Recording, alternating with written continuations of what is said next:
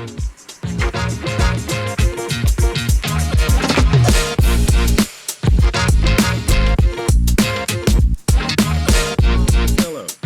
Hi, Roy. How are you? Very good. Great to have you on the podcast. We're in the fifth or sixth episode here of our fireside chat, and we're here with Tom Pisello, also known as the ROI guy. Tom has been an entrepreneur for thought leadership for the last 30 years. He's the author of two books, The Frugalnomics Survival Guide and the Evolved Selling. You're also the host of Value Talk podcast and founder of a community, an enterprise value collective community, which is an extremely valuable community to have value engineers and value consultants conversations. And today also the founder of the value consultancy Genius Drive company. So thanks for being with us, Tom. Yeah, thank you, Roy. Thanks for the invite, and great to be sitting by the fire with you. It's a cold day here in New York. In Boston as well. All right, so let's jump to it. Before we start, I always like to hear different perspectives and just leave it open as what is value selling, the way you view it across the 30 years you've been in this. Value selling to me encompasses the whole life cycle of the buyer engagement process, from the first reach out to the customer in marketing, through sales, deployment, customer success, and then also to product and what goes into it. So it's all encompassing with regard to the functions within an organization. After all, what are we if we're not delivering value to customers? And then it's throughout the buyer engagement. So every touch point with the customer should be about value, should be everywhere, and is everything that has to do with the B2B company. Because as I said, if you're not delivering value and assuring value delivery, what are we in business for after all, if we're not delivering value to customers? So value is everywhere, and everything is what value selling is. That's such I think the right way to look at this, because the way I sometimes look at value is like the connecting tissue of everything from the last engineer in R&D all the way to how things are sold and being used. Absolutely. And in a way, once you have an aha moment about the value that you bring, you're able to align the company and not have these misalignments between investments and sales motions and so on, right? At the end of the day, somebody thought about a problem to solve, how it's going to get used, and then it's about how we deliver that, sell it, deliver it. So 100%, I love that. I love that view. Another analogy that someone used, and several people have actually used on Value Coffee Talk, value consultants, they're the leaders, they call it the golden thread. And I think that's another great way to think about it. It's a golden thread that weaves through everything that we are as a B2B solution provider to customers. Yeah, 100%. One of my previous companies that I've worked at, Perfecto Mobile, we implemented a value framework and basically aligned the company. And it got to a point where an R&D team called themselves with the name we chose for the differentiator in the value framework for sales. And so they identified with that differentiator so much that it created such a great alignment and purpose for them to understand what they're developing, why, and how it's going to get sold. So I really like that view, and I completely believe in it. By the way, in our previous episode, we did for the first time an episode with somebody on the customer experience side who is talking about value, and they're looking at sales from the other side. And so, yeah, 100% agree with that view.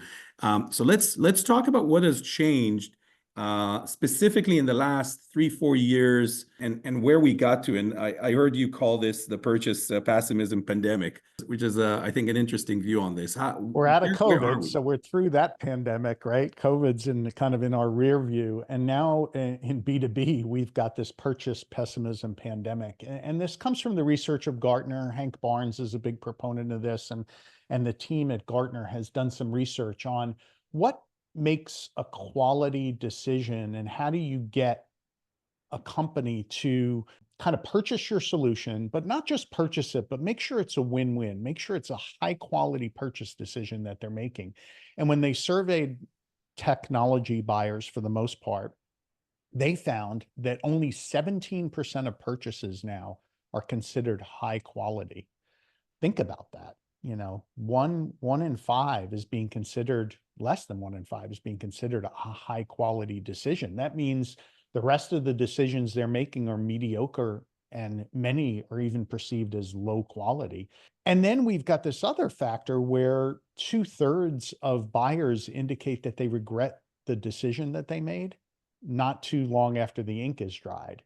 So we really have this crisis of confidence in the decision-making community.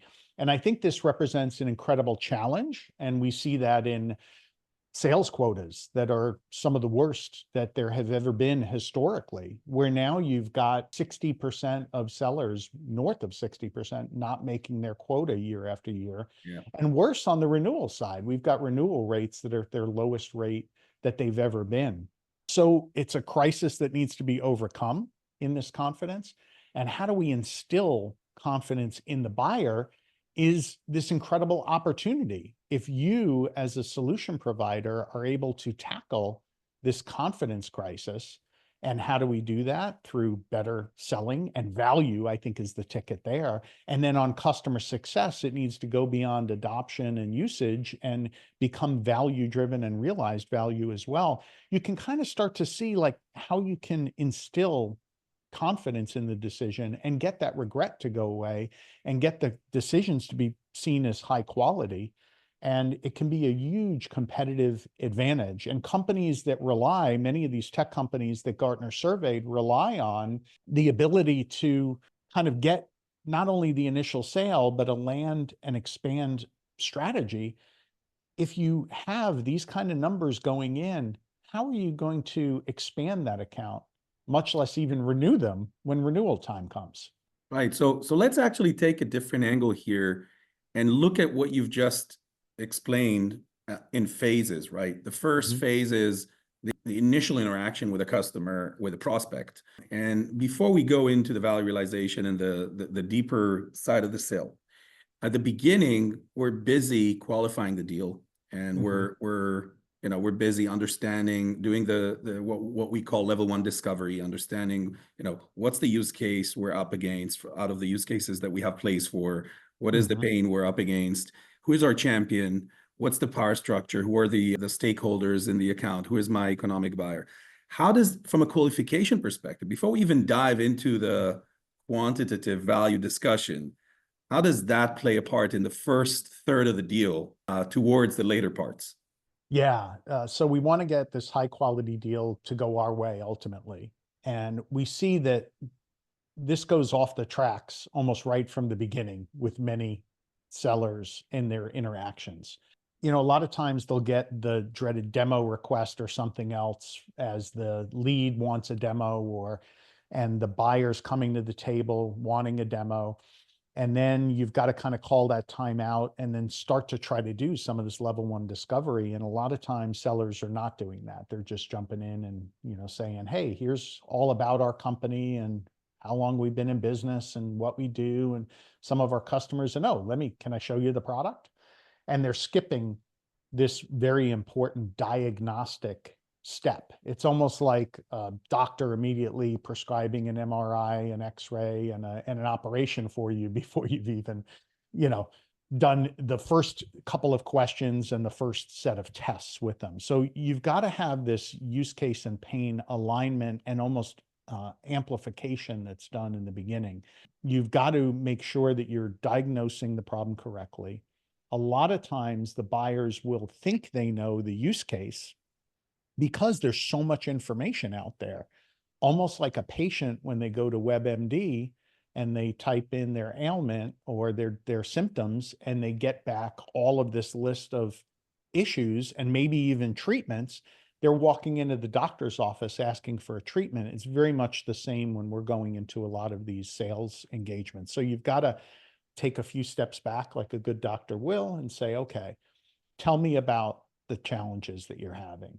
Tell me how they're manifesting themselves. How much are they costing you? What's the impact of these on your organization? And really have a heart-to-heart conversation with them about that, providing education and insights along the way. Because the other mistake we see is the other end of the spectrum, where the discovery process turns into an interrogation with very little to no value being added by the seller. And that has a negative impact as well. Think Right. about the doctor just endlessly asking you a bunch of questions about your ailment. And you're like, Doc, how many questions are you going to ask me? Do you know what you're talking about? Why are you asking me all these questions? Right. Well, a good interactive level one discovery seems natural, and it's a give and take. And in fact, you are often, and we recommend this, going in with a point of view. And we find that sellers that walk in with a little bit of a point of view that may not match exactly the point of view that the customer has actually can be helpful. Right. You have to listen to the customer. You have to find out where they've settled on the use cases they think they need and everything else. But you should also come in with advice and insights into what other industry leaders are doing and maybe how you can guide them towards use cases and challenges that they should be addressing, but they might not have considered. And addressing those unmet needs can then create a powerful level one discovery that inspires and motivates them to want to engage with you more and more. Yeah, 100%. And I also think that when we think about the customer, at the end of the day, there are different people with different pains. And Yes. so the art is, number one, what's the organizational strategic objective and pain? But how do I link all of the personal pains and problems and gaps into that so that I can map a more complex decision there? Roy, this is one of the issues with why the deals are being perceived as low quality by the organization and the decision makers themselves. There's too many stakeholders involved for their own taste, much less our need as a seller, where, 12, 13 sometimes in an enterprise decision of direct decision makers. And then Gartner says there's another 12 or 13 in the background. So you got 24 people that ultimately are involved in this decision somehow. The numbers that many of us face are more like in the 5, 6, 7, 8. But think about trying to get alignment of the pains and the needs and the use cases across all of those folks and make sure that all of their needs are met, both personally, organizationally, and then business. That's difficult, but therein lies the great opportunity.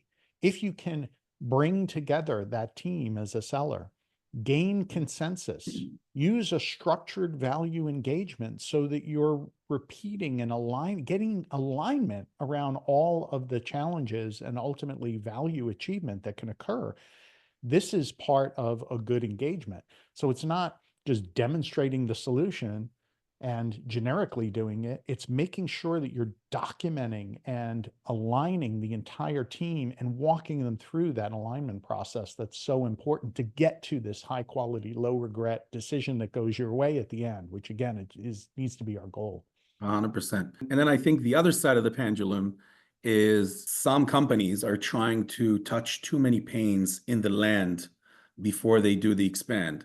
And so being able to see all of these pains and understand, okay, I need alignment between those 3, 4 people, but actually these other 5 people, I need to deprioritize and I need to get to an agreement that they are priority 2 so that they don't create friction in the deal unnecessary to close the deal. We actually had a similar deal like that recently with a large organization, many stakeholders, and we got to an agreement that a certain part of the organization that has a very different objective and need, they're not going to be part of that initial land. And if we would have tried to address everybody, the deal would have either been lost or dragged for 2 or 3 times the time. And once we got to that agreement, the amount of friction went down, and now we were 100% aligned with their number one priority. Yeah. So get it down to, can you get it down to 3 use cases? Can you get it down to certainly less than 5? Can you get the benefit list down to, maybe 3, 6? It's about simplification in the midst of all this complexity that becomes very, very important. And it is complex. And so the simple actually can sometimes be quite difficult, and here's where AI and some other things can help in, making sure you're leveraging generative AI to help you to distill at all points in time, whether that's integrated or you're doing it on the side, using chat or whatever. But we really try to encourage that a lot so that the presentations are simplified, because not only do we have this alignment issue and all these stakeholders to serve that are looking for their voice in what you're presenting. So that's one challenge on one end. And then on the other end, you have this short attention span theater and complexity that you want to make sure you don't introduce. So now you've got to simplify it. And in between them ultimately is, I think, the right solution. Right, 100%. So, moving forward, I think into the deeper part of the sale, and diving into the, to the pain, to the quantification of that pain, and what sometimes is called a value workshop. When you look at 2025, right, and the value gap that companies have today, where is that how is that going to change this year and the next few years as we're getting out of this, slow years that we've been on? Yeah, we've seen value teams get defunded in a lot of organizations. And with it, the ability to kind of engage with value, articulate with value, has also kind of gotten a little bit detuned within these organizations. Yet the need is higher than ever, because you can't win with just a product-led motion. Product-led is still really important. So don't get me wrong. Your product still has to have, proof of concept in many organizations. They're wanting that confidence in the technological side.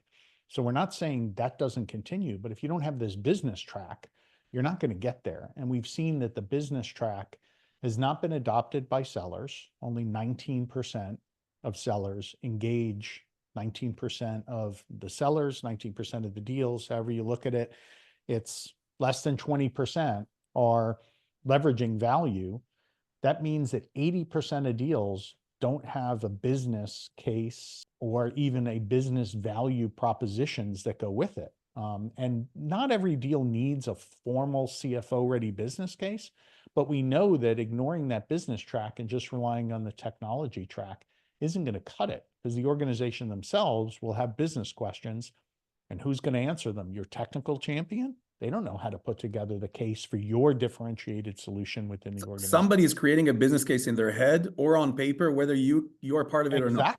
Exactly. And they can take a long time to do that. So therein lies delays, ineffectiveness of being able to convince the executive stakeholders. So they need the help and they're not getting it. And then we've under-resourced it because we've had to make cutbacks in overhead. And no one's blaming the organizations for doing that. It's just been a fact where if you carry a bag and you got a quota, you were maintained. And if you didn't, whether it be a systems engineer, even we've seen some customer success groups get cut back, and certainly value engineers have been cut back. But we're seeing that change again, which is good.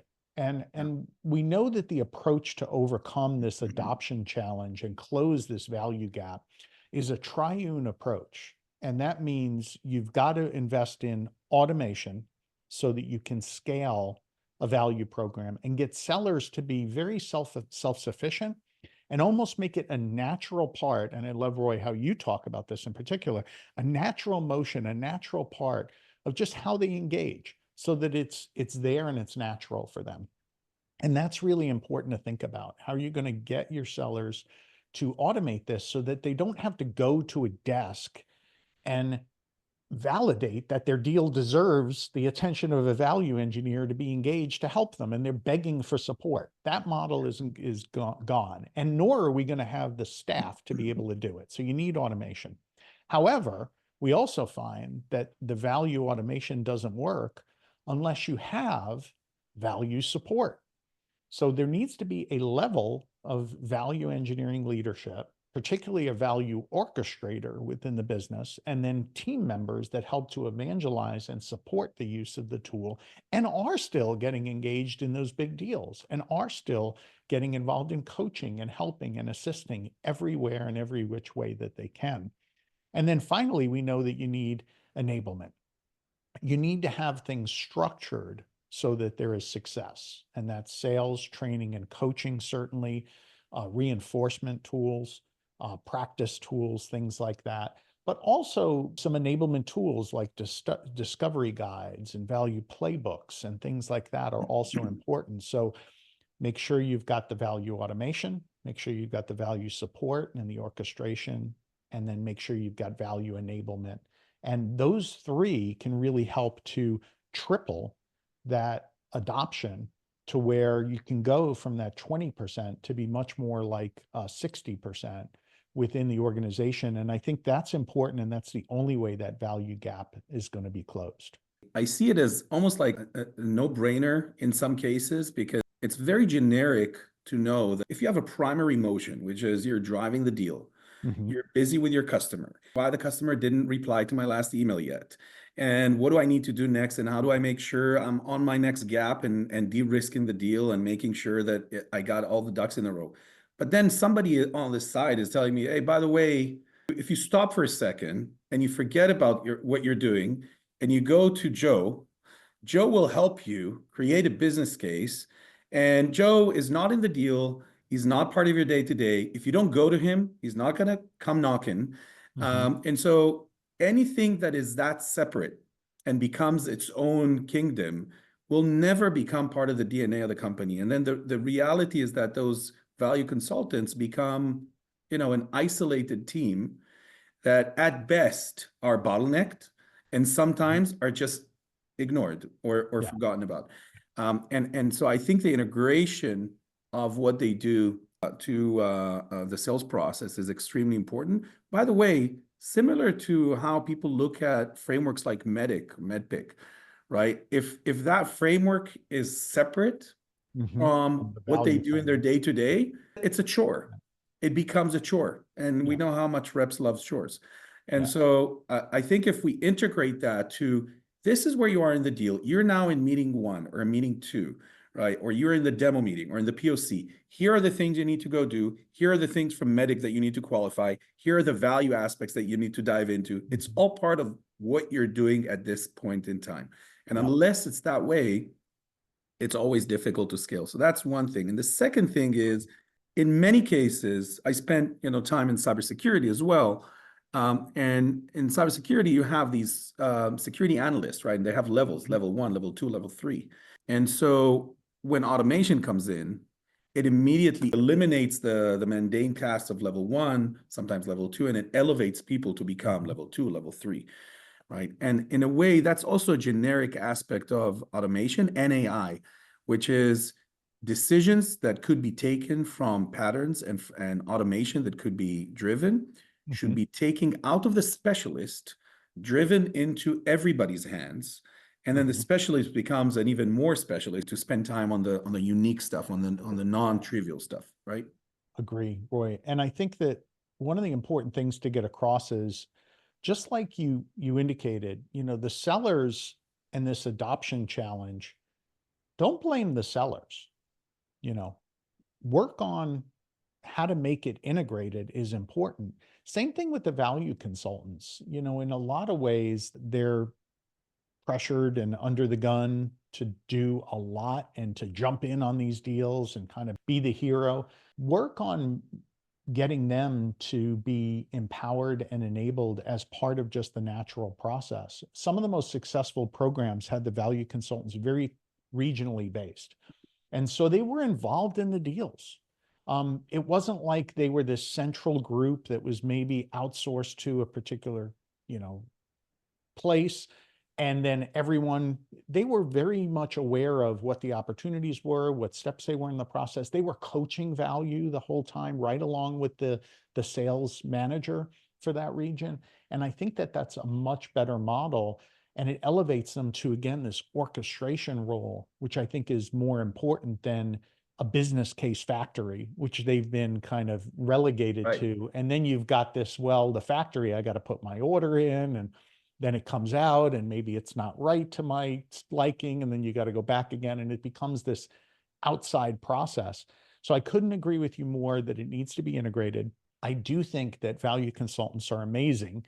And sometimes in this, we can kind of vilify them, like a lot of people vilify salespeople of like, why aren't you getting value? That's the wrong attitude to have.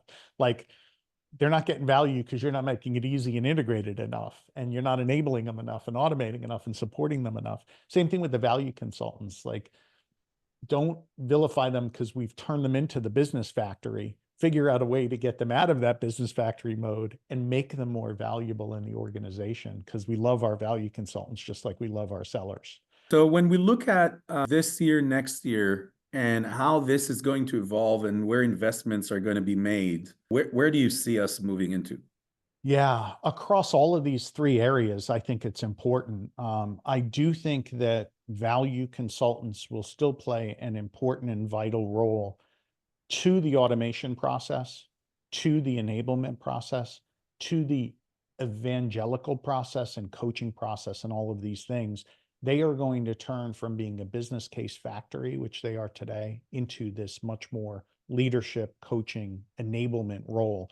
And in fact, we've seen some value leaders actually become sales enablement, and that become a one role. And I think that's a great opportunity for our value leaders to ultimately elevate to this bigger sales enablement role in general. It's kind of what you're saying, should MedPick be separate from value selling methodology? Should be separate from that? No, it's all part of one motion and one engagement through the customer lifecycle, and it should be synergistic. So I think value consulting moves to this orchestration and bigger role within. And certainly you're not adding bodies as a business case factory, but it's still important to have a team, because there needs to be content and frameworks and everything that the automation is ultimately going to work off of. Automation definitely starts to leverage AI to great impact for more personalization, for automation of some of the mundane tasks. And so we have seen a birth of a number of different firms like yours that are starting to leverage AI, that are looking at value differently, which I'm so excited about, because it hasn't gotten the adoption it needed with just the traditional approach. How do we inject some new ideas, some new integrations, some new workflows, some new capabilities to kind of get it to where it needs to be? And then I can't downplay how enablement is the most important element of this, because you can have great automation and you can have great kind of content and foundation, but sellers still need to feel comfortable with this all. And so how do we make sure that they're supported and coached and trained and educated? And a lot of that fell by the wayside. There used to be way back in the day, IBM used to have a training program, and one of my best sellers went through it, and she would tell me about how she wasn't allowed to visit a customer until almost, 8 months into the program before she actually did her first. I mean, now what's the training like? A virtual 2-day onboarding? That just doesn't cut it for most sellers. And so we've got to, I think, get much more serious about enablement. It is a more complex selling environment than a lot of these sellers have ever faced. Thinking they're coming to you with the training and education and capabilities they need, I think you can take that for granted. And a traditional seller onboarding program, I don't think, is adequate enough. And so they need that constant education, coaching, and we need to get a lot better on that practice side, so that they're repetitively have the ability to practice. And I think here too, AI can help a lot, whether it be the conversational intelligence or some new tools, like Rainmaker has a tool for being able to practice with a virtual customer, and you can do it on your phone. And I kind of love that aspect. I think there's a lot of great new tools that can be leveraged for enablement to kind of get that to the next level. 100%. And I think that gives also an extended definition to the orchestrator role that you talked about for the value consultant. I definitely see sellers become orchestrators of technology that are going to help them. And some of them don't see it yet, even though they use it, they don't see it yet. They think about technology as sort of a static thing that they need to approach and drive. But what's happening is, and this is our vision as well, from where we come, is technology will be side by side with a rep, and slowly take away tasks that the rep doesn't need to spend time on. Yeah. And And they won't have to think about it, which is the important thing. Right. right? Because Right. now it's still this, even AI is still the separate motion. Like I gotta go and take my call record. Even going up to the manager, especially the first line manager that is busy so much doing coaching and inspection of deals, that's part of the day-to-day of the rep that guides them on what to do. All of that is going to be augmented with artificial intelligence and basically drive the people to focus on what only people can do. And I always had, AI collaborating with the person. The question is not what can AI do? The question is what can only a person do? Mhm. And everything else it should be developed as part of the augmenting technology. And I think this is the world we're moving into, and that will drive scale and extreme precision for understanding what needs to happen in every deal.